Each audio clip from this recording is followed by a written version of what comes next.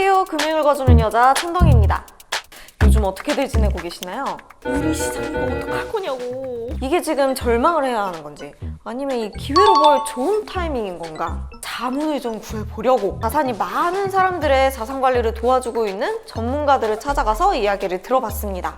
펀드 애널리스트와 실제 영업점에서 근무를 하고 계시는 은행 PB분을 만나고 왔는데요. 이 사태를 어떻게 해결해 나갈 수 있을지에 대해서 이것저것 많이 물어보고 왔어요. 그럼 가보도록 할까요?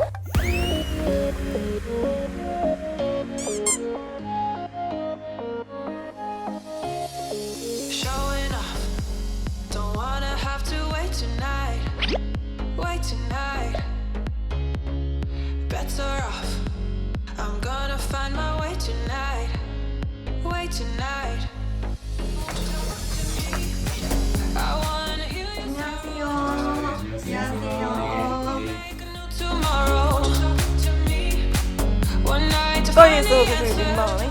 아, 입 가리면서 웃어야지. 제 느낌에는 PB는 돈이 많아야지 볼 수 있는 분이고, 그리고 애널리스트는 진짜 볼 수 있는 분들인 건가요? 그래서 되게 생소한데 어떤 직업인지 어떤 역할을 하시는지 간단하게 소개만 좀 부탁드릴게요. 저희가 펀드 매니저 같은 분들을 만나서 저희가 이거 분석을 해서 그 분석한 거를 이제 PB 분들이나 아니면 웰스 어드바이저라고 자문 업무 하시는 분들이 있거든요. 그분들한테 그런 자료를 제공하는 사람입니다. 자료를 제공해주시는 분들? PB 분들이 이제 고객분들 자산 관리 잘 할 수 있게 하는, 필요하면 보실 수는 있어요. 일반 고객이요? 예, 만나고 싶다라고 하시면 저희 세미나 할 때 제가 강의도 하고 이러거든요. PB분들은 따로 PB라고 표시를 하더라고요. 일반 다른 창구에 계시는 은행원분들이랑 좀 뭔가 차이점이 있는 건가요? 저희가 이제 전담을 하는 고객들이 있습니다. 그러니까 일정 이상의 등급을 되는 고객님들을 전담해서 1대1로 관리하는 직무예요. 예, 그러니까 조금 전문적으로 자산 관리를 하는 직무. PB는 이제 영업점에 오시면 언제나 볼 수 있는 사람인데 좀 선입견을 가지시는 거죠. 돈 있는 사람만 만날 수 있구나. 그러니까 뭐 창구, 대출 이런 일반 업무도 보시지만 여러 가지 상품에 대한 상담이라든지 궁금해하시는 건 그냥 들어와서 저희랑 이제 예약이 되는 손님이 없으시다면 언제든 와서 상담할 수 있으세요. 그냥 일반 고객들도 그냥 들어가서 상담을 받을 수가 있는 거예요? VIP뿐만이 아니고요? 제가 사실 여기에 찾아온 이유는 사회 초년생이나 아니면 이제 재테크 초보이신 분들이 자산 관리에 대한 고민이 많잖아요. 솔직하게 엄밀히 말하면 투자에 대해서 여쭤보려고 오기는 했는데 재테크도 재테크인데 지금 코로나 때문에 난리잖아요.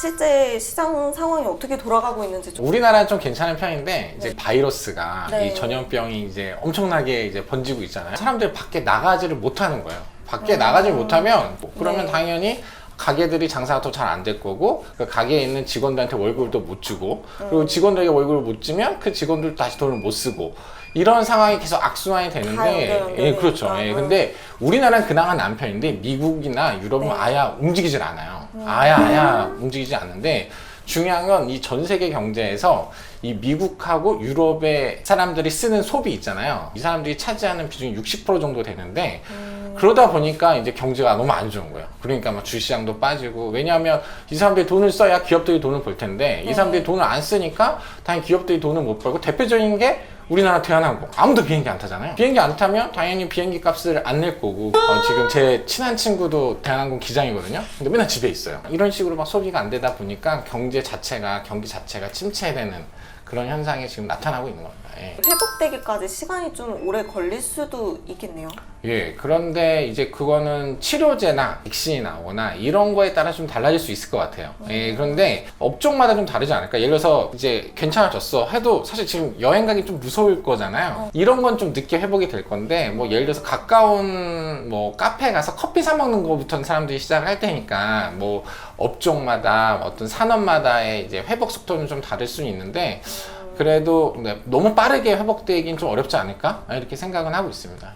자금이 어디론가는 흘러가기는 해야 되잖아요. 예. 그러면 이 자금들은 다 지금 어디에 있는? 현금 형태로 있는 것 같아요. 내가 이제 저희가 이제 제가 현금이요? 이게 현금 이제 유동성을 갖고 있는 거죠. 현금을 예금에 넣어놨던 사람들, 특히 뭐 뭘 투자했던 사람들이 일단은 현금을 빼갖고 다 빼서. 예, 갖고 있으려고 하는 것 같아요. 예, 그래서 최근 뭐 지표들 보면 이제 현금성 자산인 MMF라고 아시잖아요. MMF에 전 세계적으로 MMF로는 자금이 엄청나게 몰리고요. 안전자산에 몰려있고 이런 게 아니라 그냥 아예 그냥 현금을 그냥 예, 가지고 지금은 있는 그런 추세입니다. 불확실성 때문에. 예, 그런 상황인 보이는 지표가 그러니까요. 예. 근데 현금 지금 풀고 있잖아요. 예. 그럼 가치가 더 떨어지는 거 예, 아닌가요? 맞습니다.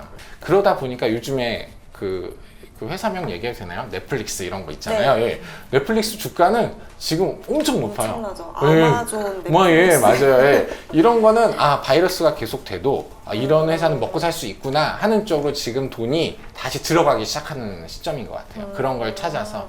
그래도 지금 돌고 있다는 예, 얘기예요. 맞습니다. 돌고는 있습니다. 지금. 그러면 이럴 때일수록 투자를 시작하시는 분들은 더 조심해야 될 것 같아요. 투자를 하려고 마음을 먹으신 분들은 방법을 제대로 알고 시작을 해야 될 것 같거든요. 어떻게 시작을 하면 좋을지. 일단 사회초년생에게 되게 좋은 장점이 뭐냐면 네. 투자 기간이 무한대라는 거예요. 물론 무한대는 아니죠. 내가 돈을 모을 수 있는 시간이 되게 길잖아요.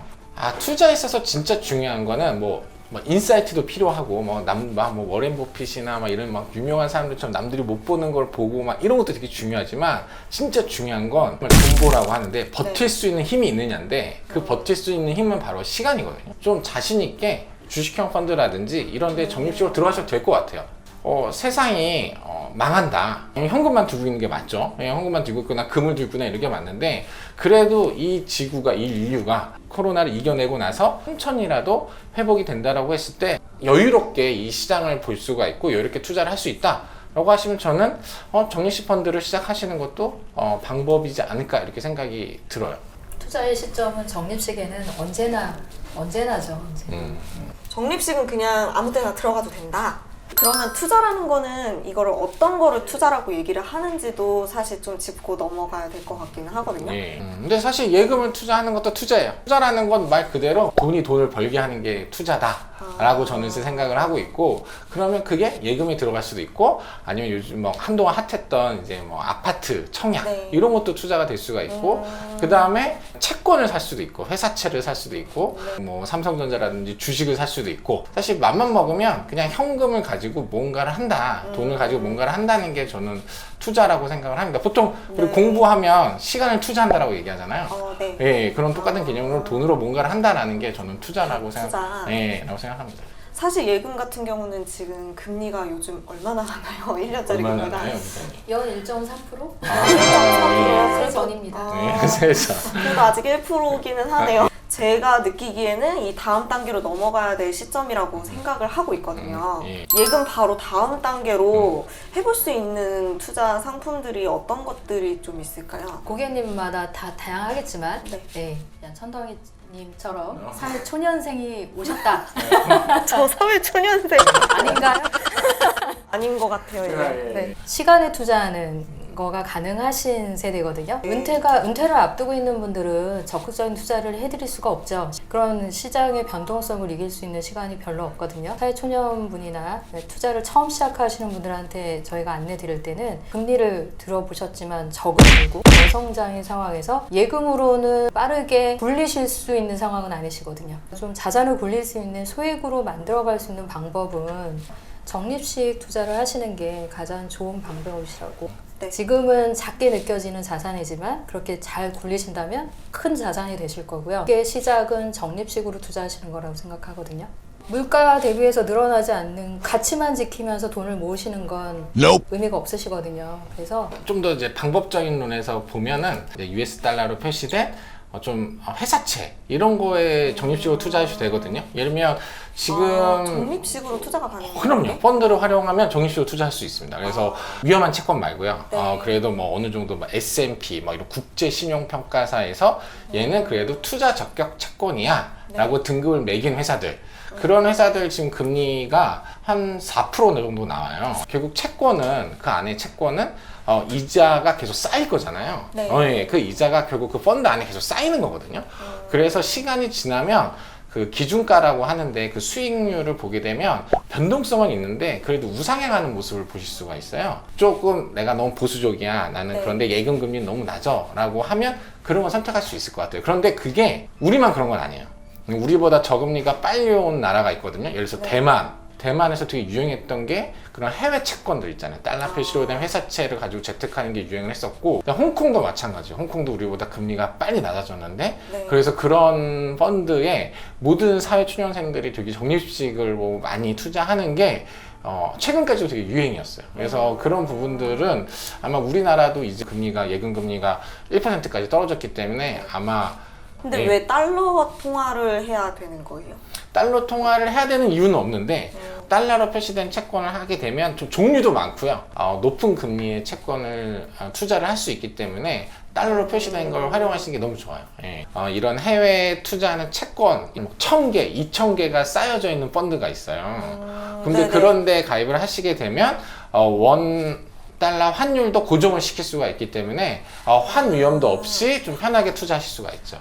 환율의 고정도 가능합니다. 가능해요? 예. 그리고 그런 일을 하는 게 다 펀드 매니저가 하는 일이죠. 우리는 돈을 펀드 매니저에 맡기면 펀드 매니저가 알아서 환도 좀 고정해주고 네. 채권도 높은 금리에 있는 채권을 찾아서 투자를 해주고 만약에 내가 잘 모르겠다. 그럼 PB한테 찾아와서 내 펀드가 왜 이런가요? 라고 물어보시면 설명도 해주시고 이렇게 이제 자산 관리를 편하게 하실 수가 있는 거죠.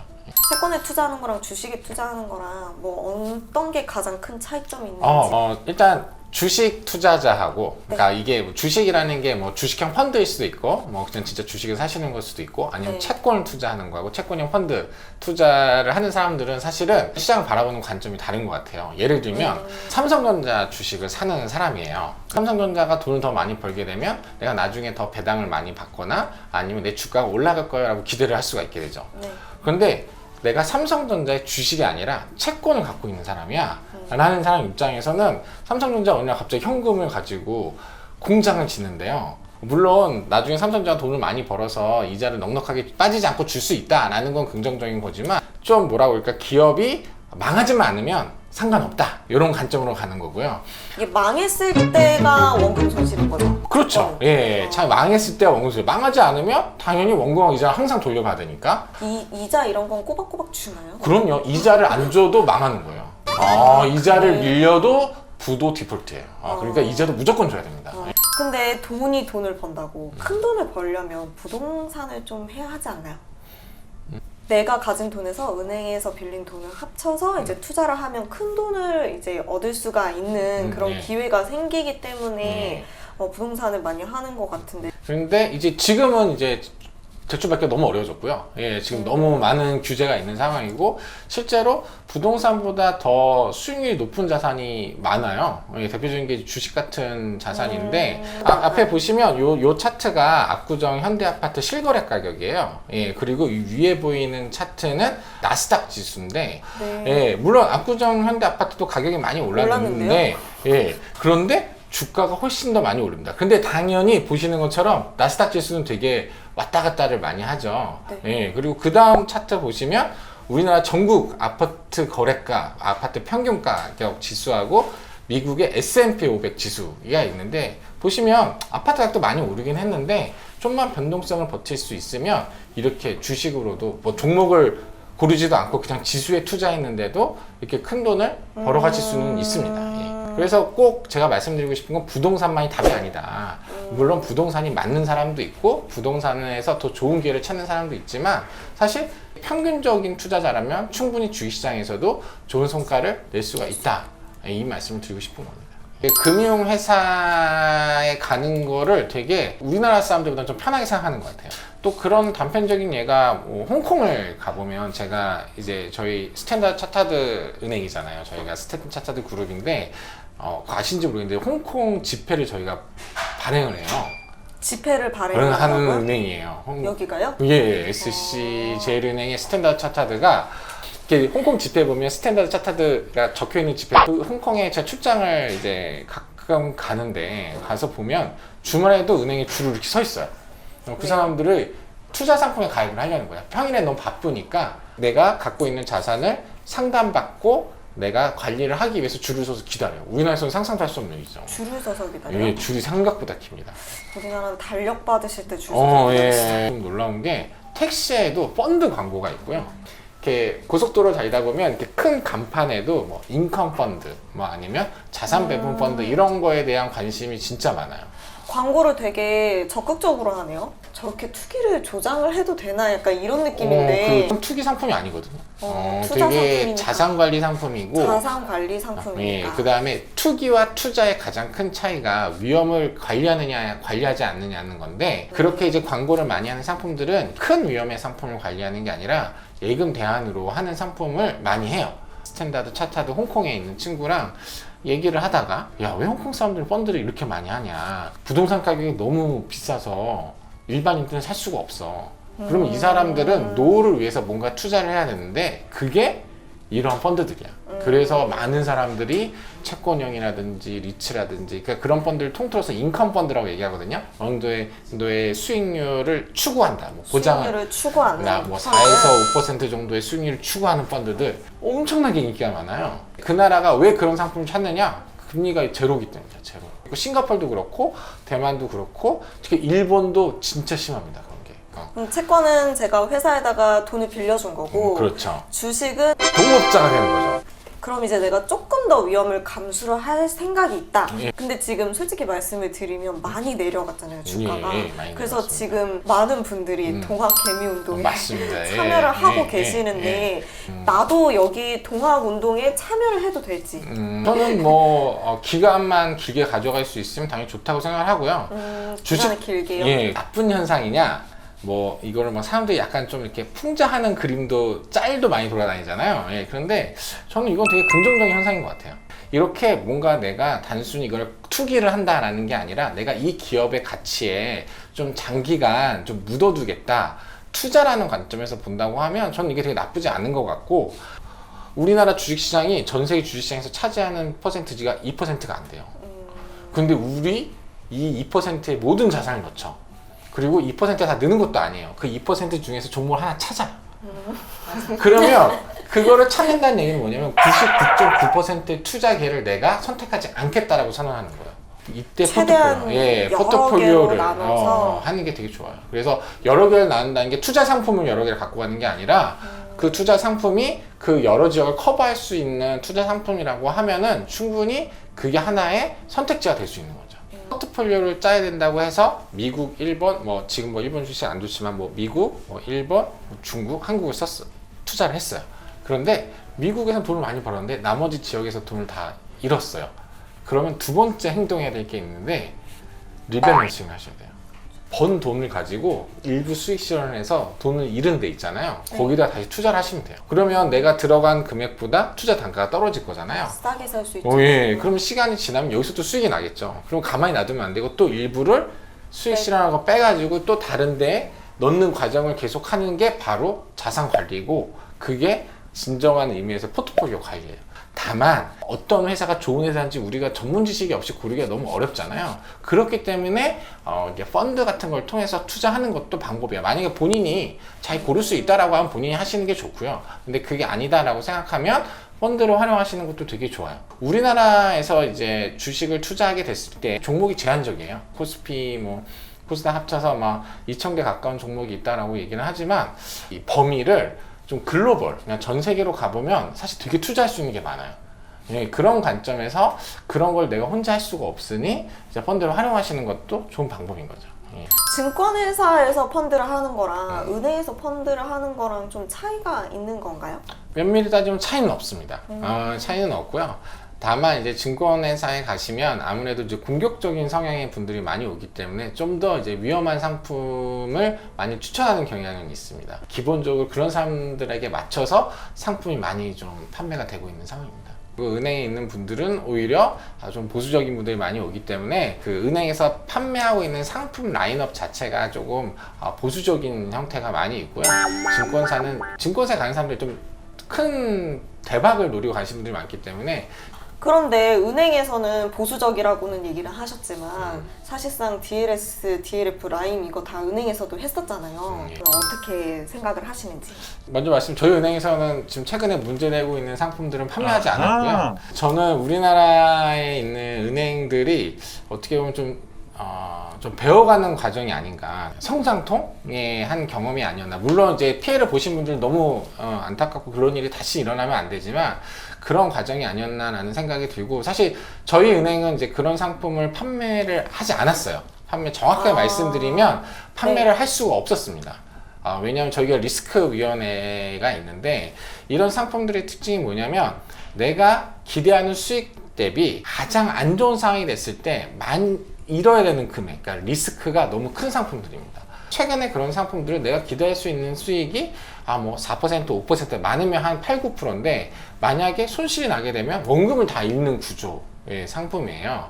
이 고객들을 속인다기보다는 절대 이런 일은 일어나지 않을 거라고 생각했던 일들이 발생을 하게 됐기 때문에 이렇게 손실이 나고 되게 많은 사람들이 힘들어하는 상황이 됐는데, 저희 같은 경우에는 저희 리스크의 기준이 사실 그룹에서 온 기준을 그대로 활용을 많이 하거든요. 근데 그 상황에서는 실제로 일어나지 않았더라도 그렇게 일어났을 경우에 손실이 너무 크다라고 하는 경우에는 맞지 않다라고 생각을 해서 출제를 하지 않고요. 고객분들에게 판매할 수 있는 상품의 그 범위도 제한을 하기도 합니다.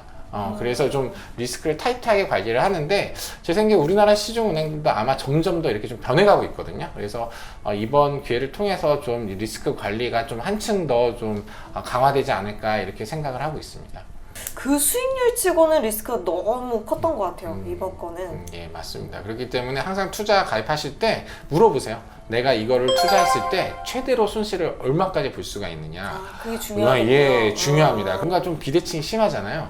그럴 경우에는 그런 상품은 조금 한 번 더 생각해 보셔야죠. 예, 딴 데도 물어보고 유튜브에도 찾아보시고 아니 여기 천덕님한테도 물어보시고 이렇게 해가지고 조금 더 공부를 하는. 제가 공부를 해야겠네요, 그러면은. 이런 상황 속에서도 투자를 시작을 해보고 싶긴 한데 뭐부터 시작해야 될지 잘 모르겠거든요. 처음 사회초년생이든 투자를 처음 하시는 고객님께 항상 기본으로 먼저 말씀드리는 건, 첫 번째는 잘 분산된 투자 포트폴리오를 구축하시는 거고, 여러 개로 나누라는 네, 얘기인 거고요. 잘 나누시는데 하나의 자산을 집중하시는 것보다 다양한 자산군, 주식, 채권도 될 수 있고요. 지역도 분산하시고 통화도 분산하시는데 굉장히 광범하실 것 같지만 이게 펀드 투자로 소액으로도 가능하세요. 다양한 펀드군이 있기 때문에 선택을 하실 수 있고요. 네, 두 번째는 장기 투자인데요. 장기 투자라고 해서 무조건 길게 보유하시는 게 아니고 시장 상황을 반영한 정기적인 리밸런싱을 검토하셔서 그 투자를 쉬지 않고 하시는 게 장기 투자입니다. 그럼 뭐 장기 투자라 그러면 보통 기간 어느 정도 두는 걸 장기 투자? 기간이라고 하면 투자 목적, 본인이 내가 언제까지 어느 자금을 어느 정도의 수익률로 목표 자금이 있으실 거잖아요. 그게 운용하시는 기간이 될 거고, 사회초년생이시면 시간이 많을 거고요. 20년도 될 있고 30년도 될 수 있고. 그렇죠. 네, 본인이 할 수 있는 최장 투자 기간 동안 쉬지 않고 투자하시는 거죠. 계속 네. 쉬지 않고 돈을 네. 계속 굴리고 네, 돈을 네. 일을 시키는 거네요. 그러니까 PB를 만나시든지 개인적으로 공부를 더 하시더라도 시장 상황에 맞는 포트폴리오 리밸런싱은 꼭 있으셔야 되는 게 장기 투자고요. 네, 그리고 세 번째는 전문가의 조언을 들으시는 거죠. 예, 요즘은 정보도 많고 일단 여러 가지 검색만 해보셔도 다양한 정보가 나오지만 원하는 정보를 못 얻으실 수도 있고요. 그리고 잘못된 선택을 하실 수도 있기 때문에 정기적으로 포트폴리오를 점검하는 전문가의 조언을 들으셔서 투자 목적을 달성하시는 데 많이 활용하셔야 될 것 같습니다. 그러면 제가 본격적으로 이제 가장 먼저 좀 해야 되는 게 무엇일까요? 본인의 투자 성향을 알아야겠죠. 예, 내가 투자 공격적인 투자자인지, 그 다음에 내가 보수적인 투자자인지. 돈은 잃기는 싫지만 많이 벌고 싶어요. 네. 이게 일반적인 사람들의 심리잖아요. 당연한 거죠. 예, 그건. 당연한 네. 거죠. 예, 그렇기 때문에 그냥 내 느낌에 따라서 투자 성향을 하는 게 아니라 은행에 오시면 이 투자 성향 검사를 할 수가 있어요. 그거 체크하는 거 말씀하시는 예, 거예요? 맞습니다. 예, 그거를 너무 이렇게 인위적으로 하지 마시고 진짜 솔직하게 답변을 하시면 당신이 공격적 투자자입니다. 중립적 투자자입니다. 이렇게 이제 제한이 되고요. 그럼 거기에 맞춰서 상품을 고르시면 되고 그 상품을 고르는 상품을 가지고 포트폴리오를 짜면 되는데, 그때 내가 이 정도의 여유 자금이 있어. 매달 내가 한 얼마씩 뭐 예를 들어서 50만 원씩 또는 뭐 30만 원씩 돈이 들어올 거야. 이거를 이렇게 계속 장기간 투자를 쉬지 않고 하는 게 되게 중요합니다. 만약에 수익이 안 좋았어. 이제 투자 그만둬야지 라고 하면 오히려 회복할 수 있는 기회를 잃는 거기 때문에 이런 식으로 투자 성향을 검사한 뒤에 거기에 맞춰서 계속 좀 감내할 수 있는 위험을 감당하시면서 투자를 장기적으로 하시는 게 되게 좋은 거죠. 그래서 그 어느 정도의 위험을 감수할 수 있느냐는 자기가 갖고 있는 돈보다는 사실 투자 기간이 제일 중요합니다. 투자 기간이요? 예, 투자 기간이 길면 길수록 원금이 회복되거나 아니면 더 수익을 낼 수 있는 기회가 더 많다는 거기 때문에, 그리고 투자라는 건 사실 시간으로 싸우는 거예요. 시간과의 싸움입니다. 그래서 시간이 많을수록 위험 성향이 더 공격적인 투자자가 되는 거죠. 특히 사회초년생일수록 공격적인 투자를 하셔도 된다고 생각합니다. 다만 손실이 났을 때 포기하지 마시고요. 계속해서 투자를 해서 수익의 그런 경험을 많이 쌓아가는 게 되게 중요한 일이라고 생각을 합니다. 수익의 경험. 네. 그리고 수익의 경험이 있으면 일단 자신감이 생기세요. 예. 그러면 자금의 목적을 설정을 하는 게 굉장히 중요하겠네요. 단기간으로 뭐 바짝 모을 것인지, 그런지, 예. 뭐 결혼 자금인지 아니면 예. 완전 장기적으로 가야 하는 것인지. 결혼을 언제 할지 모르는데 결혼 자금이야 하면 투자 기간이 길어지는 거고요. 언제 할지 모르는데. 언제 할지 모르. 아직 여자친구도 없고 남자친구도 없는데. 그럼 장기 투자해야 되는 장기 거예요? 투자를 해야 되는 거고요. 예. 너무해요. 당장 내년에 수도 그렇죠. 당장 써야 할 돈이 너무 확실하다 그러면은 보수적으로 들어가는 거고요. 예. 그러면 제가 분산 투자를 하려고 하면 방법이 어떤 게 있을까요? 진짜 뭐 여러 가지 주식을 사거나 여러 종목을 사거나 여러 가지 채권을 사는 방법이 있는데 돈이 많이 필요합니다. 예. 그래요? 그냥 조금씩 사놓으면 안 돼요? 10만 아니 뭐 10만 원이 사면 되는데 그렇게 10종목 해도 100만 원이잖아요. 그쵸. 혹시 그 10만 원을 가지고 펀드에 가입을 하잖아요. 그런 펀드. 관점. 예. 그래서 펀드가 사실 분산 투자할 때는 되게 유용합니다. 그 펀드 안에는 종목 수가 50개, 100개 이렇게도 들어갈 수가 있어요. 단돈 10만 원으로 그렇게 분산할 수가 있는 게 간접 투자입니다. 확실한 종목이 있어 라고 하면 다시 거기에 투자를 하면 되지만, 꼭 그런 게 아니시라면 펀드를 활용하셨을 때 적은 금액으로 분산을 할 수가 있습니다. 부동산도 가능하고. 그럼요. 예. 그래서 뭐 부동산도 뭐 증권화되어 있는 부동산 리츠라는 시장이 있기 때문에 어떤 펀드에서는 그 뭐 미국 부동산도 투자하실 수 있어요. 나 리츠 펀드에 들어가면 미국의 상업용 부동산 정도 하나 갖고 있는 사람이 되는 거죠. 멋지죠? 예. 그렇군요. 예. 투자 상품을 고를 때 좀 유의해야 할 사항들이 있을까요? 투자 상품을 가입을 하는데 만기가 있다. 예를 들어서 만기가 뭐 1년, 2년, 3년 있다라고 하면 한 번 더 생각을 해보셔야 됩니다. 만기예요? 예. 투자를 했을 때 만기가 있다는 얘기는 조건이 있을 수 있어요. 예를 들어서 이런 경우에는 수익을 얻고 이럴 경우에는 손실을 얻습니다 라는 게 만기가 있다면, 그런 상품은 사실은 그 상품에 모든 돈을 넣는 건 조금 위험하십니다. 예. 물론 이제 그런 상품의 장점이 다 있겠고 그런 상품을 통해서도 수익을 계속 얻으시기 때문에 많은 분들이 하시지만, 좀 그런 상품에만 넣는 건 조금 경계를 하실 필요가 있습니다. 왜냐하면 최근에 DLF 사태라든지 라임 사태라든지 사실 그 만기 때 돈을 못 받아서 이런 일들이 많이 생기는 거거든요. 만기 말고도 또 추가로 봐야 될 게 또 뭐가 있을까요? 일단 예를 들어서 주식형 펀드를 예를 들어서 가입을 하면, 펀드라는 건 결국 그 펀드 매니저가 돈을 맡겨서 운용을 시키는 거잖아요. 근데 그래서 한국 주식시장에 투자하는 펀드야 라고 하면 그 펀드가 수익률이 코스피보다 좋아야 됩니다. 너무 당연한 거죠. 내가 돈을 주고 맡겼으니까. 명심하실 게 그 펀드에 벤치마크가 있는지를 봐야 됩니다. 벤치마크요? 예. 벤치마크가 쉽게 얘기하면 펀드 매니저가 이겨야 될 대상입니다. 이겨야 할 대상? 예. 그래서 경쟁자? 경쟁자인 거죠. 예를 들어서 코스피 200이면 벤치마크가 코스피 200 지수를 매니저가 이겨야 되는 거고요. 보통 벤치마크는 그렇게 코스피, S&P 이런 식으로 하는 예. 편인가요? 그러니까 쉽게 조회할 수 있는 지수가 보통 벤치마크로 많이 쓰입니다. 쉽게 조회할 수 있는. 자산 운용사에서 펀드를 만들 때 이렇게 누적 수익률로 이렇게 보여줘요. 그래서 어느 한 해를 되게 잘했어. 예를 들어서 2017년에 진짜 잘했어. 그러면 계속 잘했던 것처럼 보이는 착시 현상이 생깁니다. 꾸준히 잘했는지를 봐야 되는데, 되게 좋은 방법이 뭐냐면 연 성과, 2016년 성과, 2017년 성과, 2018년 성과를 쪼개서 보실 필요가 있습니다. 또 그런 걸 물어보셔야 됩니다. 이 펀드가 어떨 때 잘하나요? 예를 들어서 경기가 안 좋을 때 좋은 펀드가 있고요. 경기가 좋을 때 좋은 펀드가 있어요. 예를 들어 채권형 같은 경우 중에서도 경기가 안 좋을 때 수익이 나는 펀드도 있을 수가 있고요. 이거를 좀 정확하게 이제 확인을 하실 필요가 있습니다. 그래서 그런 것 때문에 사실 전문가의 조언이 필요한 거거든요. 이런 펀드가 물론 포트폴리오가 되게 중요하긴 하지만 지금은 경기가 되게 좋아지는 구간이니까 특히 미국 경기가 좋아지는 구간이니까 그러면 미국 주식형 펀드를 더 하셔야 되죠. 예. 그런데 미국이 좋아지는데 주가가 좋아진다고 하면서 그냥 한국 주식을 하시면 남들이 돈을 벌 때 혼자 돈을 못 버는 현상이 그런 박탈감이 되게 심각한 거거든요. 그런 얘기 있던데 펀드 매니저 따라서 펀드도 막 바꿔 간다고. 그 맞는 얘기예요? 네. 사실 펀드 매니저가 교체가 되면 네. 사실 펀드를 다시 점검해 봐야 되죠. 그렇죠. 예. 그래서 그런 거는 사실 쉽게 알기가 어려운데 네. 근데 알려줍니다. 놀랍게도. 누가 알려줘요?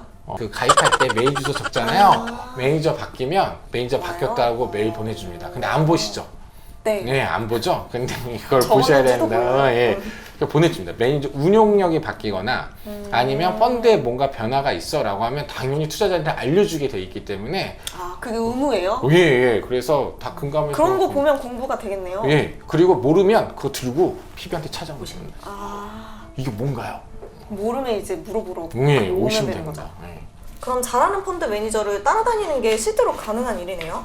옛날에 그런 적 많이 있었어요. 모 펀드에 되게 유명한 매니저가 있었는데 맞아요. 그분이 나가서 본인 회사를 차리셨어요.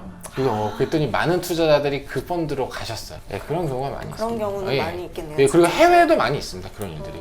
제가 한 가지 드리고 싶은 말씀은 그런 얘기 많이 해요. 누가 펀드에 요즘에 너무 손실을 많이 입고 뭐 경험에서 나오지 않아서라고 얘기하는데 정말 좋은 펀드 많이 있거든요. 예, 그리고 제가 업무상 펀드 매니저 분들을 거의 일주일에 3-4번을 만나요. 우리나라 사람뿐만 아니라 뉴욕에 있는 사람도 막 콜로 연결을 하고 막 런던에 있는 사람이랑도 미팅을 해요.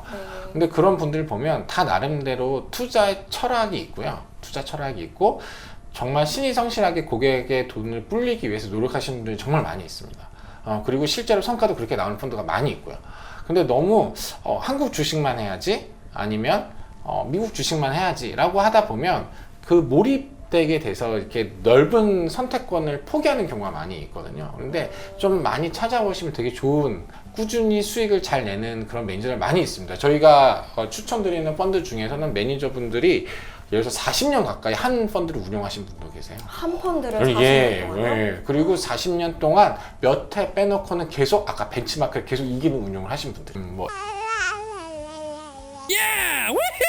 예, 그 펀드 매니저가 프랭크 카루소라는 분인데 제가 한 2-3번 만나 뵀거든요. 예, 근데 정말 나이가 쩌하시고요. 그런데 정말 투자를 얘기할 때 정말 철학을 갖고 종목을 보세요. 중국 주식형 펀드 중에서도 제가 만났던 분 중에 한 분은 그런 말씀을 하시더라고요. 제가 홍콩에 갔을 때 그 펀드 매니저분을 만났는데 정말 전 세계에서 가장 뛰어난 중국 주식형 펀드를 운영하시는 분이에요. 성과가 어마어마합니다. 그런데 종목을 볼 때 제일 먼저 보시는 게 뭐냐라고 물어보니까 그 기업의 문화를 본다라는 얘기를 했어요. 그래서 저는 되게 충격받았거든요. 예. 기업이 만드는 상품을 보거나 뭐 경영진을 보거나 아니면 그 기업의 재무제표를 볼 줄 알았는데 이 회사가 변화에 잘 적응할 수 있는 문화를 가진 회사인지 그렇게 본다고 하시더라고요. 사실 이런 거는 우리 같은 일반인들이 발견하기 너무 어려운 것들이에요. 그런데 이런 분들의 철학을 믿는다면 펀드를 하시는 게 스스로 투자하시는 것보다 나을 수 있습니다. 10만 원을 투자할 수 있는 거라고 너무 간과하시면 안 됩니다. 그 운용사의, 그 자산 운용사의 모든 리서치 능력과 그 매니저의 경험이 다 들어가 있는 거기 때문에 믿어보셔도 전 좋다고 생각합니다. 적은 금액을 내고 그래도 많은 것들을 분석을 할 수 있는 사람의 도움을 받는 거네요. 맞습니다. 예. 사실 돈 10만 원만 투자하는데도 그 돈 10만 원은 그런 분들한테 맡길 수 있다. 이건 엄청난 투자자의 특권이거든요. 그래서 그런 펀드를 찾는 것도 저희 PB가 분들도 도와주시고 저희 은행에서 추천하는 펀드도 그런 것까지 다 고민해서 추천을 하기 때문에 펀드에 대해서 너무 이렇게 펀드는 무조건 안 좋아 라는 것보다는 좋은 펀드를 골라야지라는 관점으로 봐주시는 게 더 좋지 않을까 생각이 좋은 듭니다. 펀드를 골라야지. 예.